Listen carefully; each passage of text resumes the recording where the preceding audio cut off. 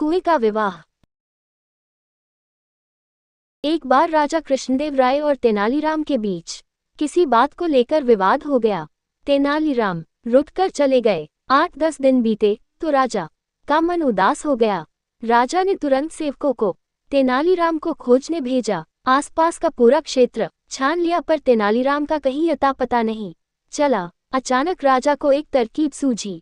उसने सभी गांवों में मुनादी कराए, राजा अपने राजकीय कुएं का विवाह रचा रहे हैं, इसलिए गांव के सभी मुखिया अपने अपने गांव के कुओं को लेकर राजधानी पहुंचे। जो आदमी इस आज्ञा का पालन नहीं करेगा उसे जुर्माने में 1000 स्वर्ण मुद्राएं देनी होंगी। मुनादी सुनकर सभी परेशान हो गए। भला कुएं भी कहीं लाए ले जाए जा सकते हैं। जिस गांव में तेनालीराम भवेश बदलकर रहता था वहां भी यह मुनादी सुनाई दी। गांव का मुखिया परेशान था। तेनालीराम समझ गए कि उसे खोजने के लिए ही महाराज ने ये चाल चली है। तेनालीराम ने मुखिया को बुलाकर कहा, मुखिया जी, आप चिंता न करें, आपने मुझे गांव में आश्रय दिया है, इसलिए आपके उपकार का बदला मैं चुकाऊंगा।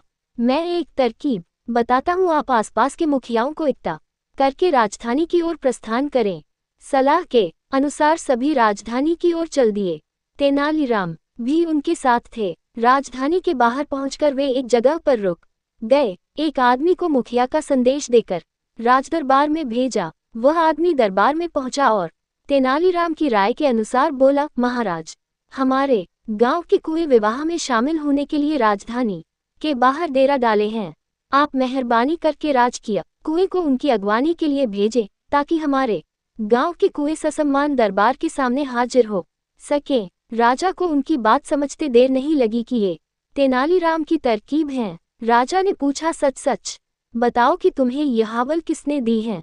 राजन, थोड़े दिन पहले हमारे गांव में एक परदेशी आकर रुका था, उसी ने हमें ये तरकीब बताई है, आगंतुक ने जवाब दिया। सारी बात सुनकर राजा सवेरे रथ पर बैठकर राजधानी से बाहर आए और ससम्मान तेनालीराम को दरबार में वापस लाए।